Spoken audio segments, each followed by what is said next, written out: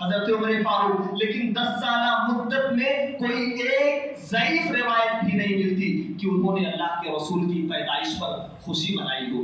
اس کے بعد اللہ کے رسول کے سب سے محبوب داماد حضرت عثمان غنی رضی اللہ تعالیٰ عنہ، جن اللہ کے رسول کی 2 بیٹیاں ان کی شادی میں آئی تھی، نکاح میں۔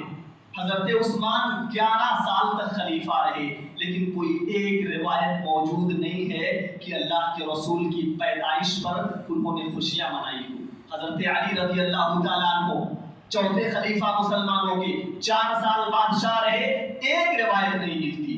100 سال گزر گئے، مسلمانوں کے 200 سال، 300 سال، 340 سال کے بعد مورخ بتاتے ہیں کہ جب مسلمانوں کے 340 سال گزر گئے تو بغداد میں فاطمی شیعوں کی خلافت آ گئی۔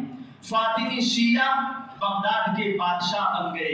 انہوں نے جا کر کے اپنی خلافت کے زمانے میں اللہ کے رسول کی پیدائش کے دن 12 ربیع الاول کو نکال کر خوشیاں منائی، جشن منایا۔ 340 سال کے بعد کس نے منایا؟ فاطمی شیعہ، وہ شیعہ جو صحابہ کرام کو گالیاں دیتے ہیں، وہ شیعہ جو اللہ کے رسول جناب محمد رسول اللہ صلی اللہ علیہ وسلم کو رسول تک نہیں مانتے۔ وہ کہتے ہیں کہ نبی علی بننے والے تھے، غلطی سے ہمارے رسول جناب محمد رسول اللہ صلی اللہ علیہ وسلم کو رسول بنا دیا گیا۔ ان شیعہ نے 340 ہجری میں اللہ کے رسول کے انتقال کے 340 سال کے بعد اس دن پر خوشیاں منائی۔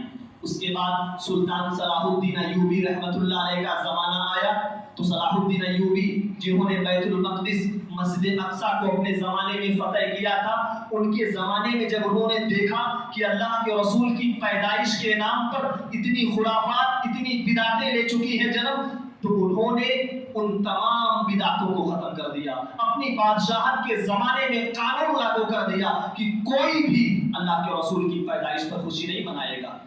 وقت گزرتا گیا، پھر اسی پر 600 سال کے بعد عمل ہوا، اور آج لگاتار یہ عمل چلتا آ رہا ہے۔ ایک چیز قابل غور ہے کہ اللہ کے رسول کی انتقال کے 340 سال کے بعد یہ عمل شروع ہوا، تو کسی بھی طریقے سے یہ عمل دین کا حصہ نہیں بن سکتا۔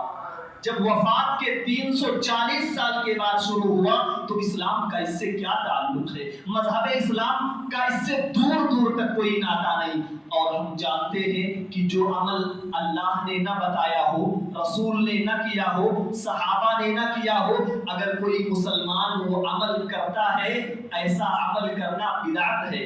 دین کے اندر نئے کام کو ایجاد کرنا ہے، اور یہ اتنا بڑا جرم ہے، اتنا بڑا گناہ ہے کہ اللہ کے رسول جناب محمد رسول اللہ صلی اللہ علیہ وسلم فرماتے ہیں قیامت کا دن ہوگا، ایک دن قیامت کا 50,000 سال کے برابر ہوگا۔ اس دن اللہ مجھے ایک حوض عطا کرے گا اور میں مسلمانوں کو پانی پلانے کا کام کروں گا۔ قیامت کے دن آپ نے سنا ہوگا گرمی کی تپش ایسی ہوگی کہ سورج 1 میل کے فاصلے پر ہوگا، آدمی ہاتھ اٹھائے تو سورج کو پکڑ لے۔ گرمی کا یہ عالم ہوگا کہ پیاس کی شدت سے لوگوں کی زبانیں باہر نکلی ہوئی ہوں گی۔ اللہ کے رسول کہتے ہیں لوگ ایک قطار میں کھڑے ہوں گے اور میں حوض پر بیٹھ کر پانی پلاؤں گا۔ وہ پانی ایسا ہوگا جو مسلمان ایک مرتبہ پی لے گا، پھر اسے زندگی میں پیاس نہیں لگنے والی، پھر اسے قیامت کے میدان میں پیاس نہیں لگے گی۔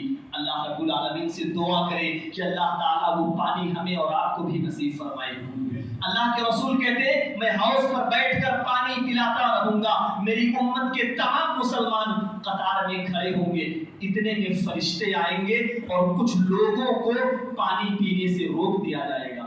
اللہ کے رسول کہیں گے اے فرشتوں یہ میری امت کے لوگ ہیں، یہ میرے ساتھی ہیں، میرے امت کے ماننے والے ہیں۔ فرشتے کہیں گے اے یا رسول اللہ انک لا تدری ما احدثوا بعدک، اے اللہ کے رسول آپ نہیں جانتے انہوں نے آپ کی موت کے بعد بدعتیں ایجاد کر لی تھی، ایسا عمل یہ کرنے لگے تھے جو عمل آپ نے اپنی زندگی میں نہیں کیا تھا، نیکی سمجھ کر وہ عمل کرنے لگے تھے، آج یہ آپ کے حوض پر پانی پینے آئے ہیں۔ اللہ کے رسول کہیں گے سہتن سہتن، لے جاؤ میری نگاہوں سے دور کر دو ایسے لوگوں لوگوں کو جنہوں نے اللہ میرے بعد دین کے اندر کوئی نیا کام ایجاد کر لیا ہے۔ اللہ اکبر۔ بدعت اتنا خطرناک ہے کہ جنت میں جانا تو دور کی بات، اللہ کے رسول کے ہاتھ سے ایک قطرہ پانی انسان کو نصیب نہیں ہونے والا۔ ہم کیوں ایسے تیوہاروں کے، ایسے جشنوں کے چکر میں پڑے جو جشن اللہ کے رسول کے ہاتھ سے حوض کوثر کا پانی کی ہمیں کینسل اور منقطع کرا دے؟ تو بدعت ہے یہ عمل۔ سب سے پہلی چیز ہم سمجھ لیں، اللہ کے رسول کے انتقال کے 300 سال کے بعد عمل آیا ہے، بدعت ہے۔ لوگ کہتے ہیں کہ بدعت اگرچہ ہے، نیا کام اگرچہ ہے، لیکن نیکی ہے، نماز پڑھی جاتی ہے، اللہ کے رسول کا ذکر کیا جاتا ہے، نبی کی سیرت بیان کی جاتی ہے، تو کیا حرج ہے اگر کوئی مسلمان کر لے؟ آئیے ایک روایت دیکھیے، نیکی تو ہے، عمل اچھا ہے، لیکن اگر اللہ کے رسول سے ثابت نہیں ہے تو کیا وہ نیکی ہے؟ حضرت عبداللہ ابن مسعود رضی اللہ تعالیٰ عنہ صحابی رسول ہیں، ابو موسیٰ اشعری ان کے گھر جاتے ہیں۔ ابو موسیٰ اشعری عبداللہ ابن مسعود کے گھر جا کر کہتے ہیں کہ عبداللہ میں مسجد سے آ رہا ہوں اور میں نے مسجد میں ایک ایسا عمل دیکھا ہے جو مجھے پسند نہیں آیا۔ مسجد میں لوگ ایک عمل کر رہے تھے، میں پسند نہیں کر سکا، لیکن ان کا عمل تو اچھا تھا۔ عبداللہ ابن مسعود نے کہا وہ کیا کر رہے تھے؟ کہا کہ میں نے دیکھا کہ لوگ ایک گھیرا بنا کر کے 4 5 لوگ الگ الگ گھیروں میں بیٹھے ہیں اور ان کے ہاتھوں میں کنکریاں ہیں، 100 کنکریاں لے کر بیٹھے ہیں۔ ایک آدمی حلقے سے کھڑا ہو کر کہتا ہے 100 مرتبہ کنکری پر لا الہ الا اللہ پڑھو، 100 مرتبہ کنکری پر اللہ اکبر پڑھو، 100 مرتبہ کنکری پر سبحان اللہ پڑھو۔ نیکیوں کے کام کر رہے تھے۔ عبداللہ ابن مسعود جب یہ سنتے ہیں دوڑے مسجد کے پاس آتے ہیں، دیکھا لوگ مسجدوں میں تسبیحات گن رہے ہیں، اللہ اکبر سبحان اللہ کنکریوں پر پڑھا جا رہا ہے۔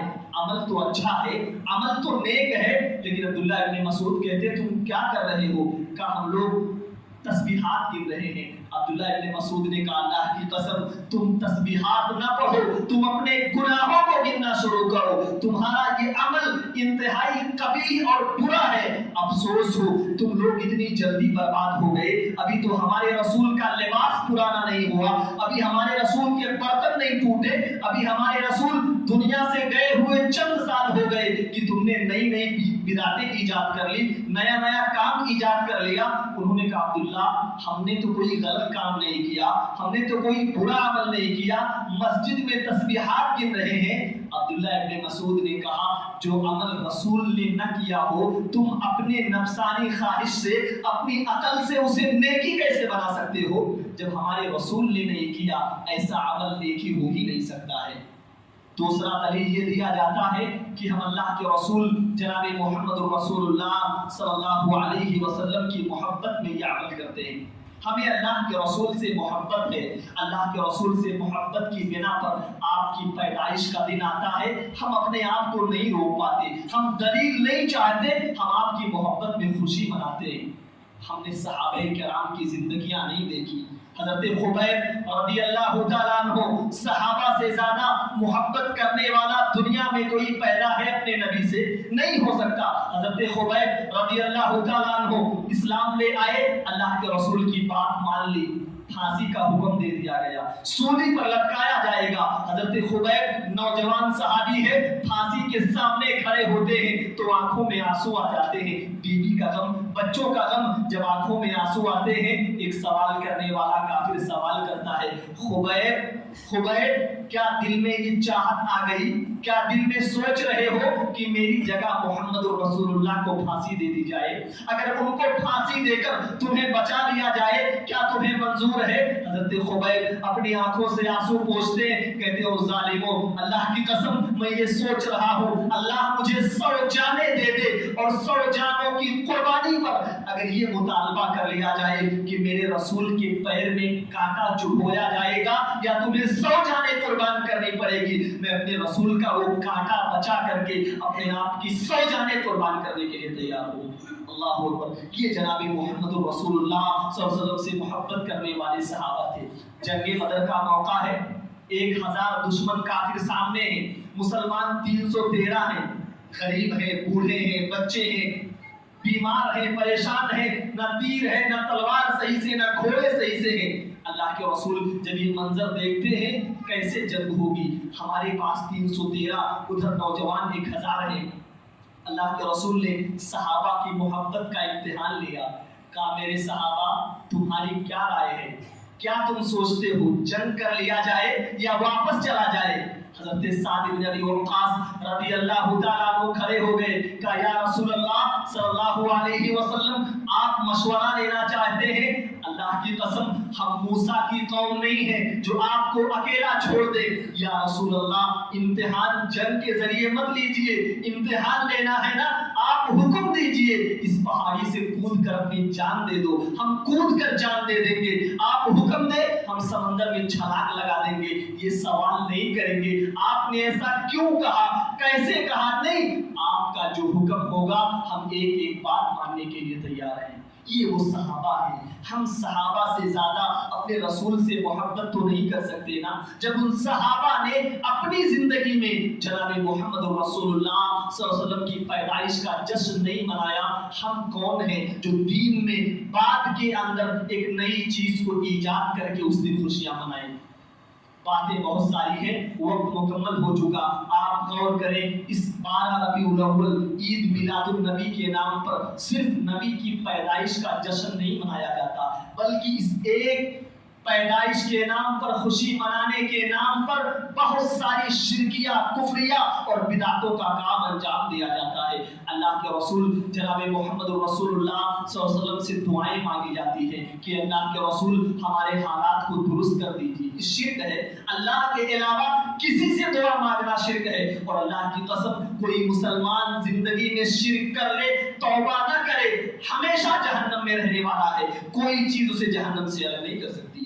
شرک کا عمل اسی میلاد کے نام پر کیا جاتا ہے. دوسری چیز, اسی میلاد کے نام پر یہ مانا جاتا ہے کہ اللہ کے رسول ہماری محفلوں میں آتے ہیں. آپ زندہ ہیں اور ہماری محفلوں میں آپ کا آنا ہوتا ہے. یہ بھی در حقیقت شرکیہ عقیدہ ہے. ہمارے رسول کو موت آ چکی, آپ اپنی قبروں میں ہیں. قبر کے علاوہ دنیا میں اللہ کے رسول کبھی نہیں آ سکتے. اور تیسری بدعت جو اس عید میلاد کے نام پر منائی جاتی ہے, آپ دیکھیے گانے بجائے جاتے ہیں, ڈھول بجائے جاتے ہیں. رسول کی پیدائش کا نام دے کر نیک عمل کرتے ہوئے گانے بجائے جاتے ہیں. ایسی محفلیں جن محفلوں میں گانا بجایا جائے وہاں اللہ کے فرشتے نہیں آتے, رحمت کے فرشتے نہیں آتے. گویا یہ محفلیں اللہ کی رحمت سے بہت دور ہو جاتی ہیں. ساتھ ہی مرد عورتوں کا اختلاط ہوتا ہے, غلط نعرے لگائے جاتے ہیں, کفریہ کلمات کہے جاتے ہیں, اور بہت سارے مسلمان بالخصوص ہم اہل حدیثوں کو نشانہ بنا کر کے گستاخ رسول اکرم صلی اللہ علیہ وسلم کے نام پر ہمیں کافر تک قرار دے دیا جاتا ہے. یہ تمام گناہ کے کام اسی میلاد کے نام پر کیے جاتے ہیں. ایک مسلمان ہونے کے ناطے سب سے سچی بات یہ ہے کہ ہم دل سے اس بات کو سوچیں کہ کیا یہ عمل اللہ نے قرآن میں بتایا ہے. اللہ کے رسول کی پیدائش کی خوشی منانا قرآن سے ثابت ہے, اللہ کے رسول کی حدیث سے ثابت ہے, صحابہ کرام نے کبھی منایا ہے؟ نہیں. یہی 3 چیزیں اسلام ہیں. ان 3 چیزوں کے علاوہ کوئی نیکی اللہ کے ہاں قابل قبول نہیں ہے. اگر ان 3 چیزوں میں ہمیں ملتا ہے ہم بھی منانے کے لیے تیار ہیں, لیکن نہیں. اللہ کے رسول کی پیدائش کے دن پر خوشی منانا یہ یہودیوں کا طریقہ ہے, یہ نصارہ عیسائیوں کا طریقہ ہے. عیسائی کرسمس کے موقع پر حضرت عیسیٰ علیہ السلام کی پیدائش کا جشن مناتے ہیں. مذہب اسلام میں کسی کی پیدائش پر خوشی منانا, کسی کی موت پر غم منانا, اسلام میں اس کا کوئی کنسپٹ نہیں ہے. ہم مسلمان ہونے کے ناطے عمل کم کریں چلے گا, لیکن ہمارا وہ عمل جناب محمد رسول اللہ صلی اللہ علیہ وسلم کے سنت کے مطابق ہونا چاہیے. ہمارا کوئی عمل بدعت نہ ہو, بدعت سے پاک عمل ہو. اللہ نے قرآن میں کہیں نہیں کہا کہ مسلمانوں زیادہ عمل کرو, نہیں. اللہ نے کہا لِيَبْلُوَكُمْ أَيُّكُمْ أَحْسَنُ عَمَلًا, اچھا عمل کرو. وہ عمل کرو جو عمل نبی نے کیا ہو, جو عمل نبی اکرم جناب محمد رسول اللہ صلی اللہ علیہ وسلم کے صحابہ نے کیا ہو. قرآن میں نہ ہو, حدیث میں نہ ہو, صحابہ کی زندگی میں نہ ہو. ایسا ہر عمل مسلمان ہونے کے ناطے ہم مسترد کرتے ہیں, ہمیں وہ عمل کرنے کی ضرورت نہیں ہے. اللہ رب العالمین سے دعا ہے کہ اللہ تعالی ہم تمام مسلمانوں کو تمام قسم کی بدعت و خرافات سے محفوظ فرمائے۔ اللہ رب العالمین ہمیں شرک کی غلیظ اور شرک کی تمام شکلوں سے محفوظ فرمائے۔ اللہ تعالی ہمارے دلوں میں جناب محمد رسول اللہ صلی اللہ علیہ وسلم کی سچی محبت الفت پیدا فرمائے۔ اللہ رب العالمین ہم تمام مسلمانوں کو جب تک دنیا میں زندہ رکھے، اسلام کی حالت پہ رکھے، ہمارا خاتمہ ہو ایمان پر ہو۔ آمین تقبل یا رب العالمین۔ بارک اللہ لنا ولکم فی القرآن العظیم ونفعنا وإياكم بالآیات والذکر الحکیم، انہ تعالی جواد کریم ملک بر رؤوف رحیم۔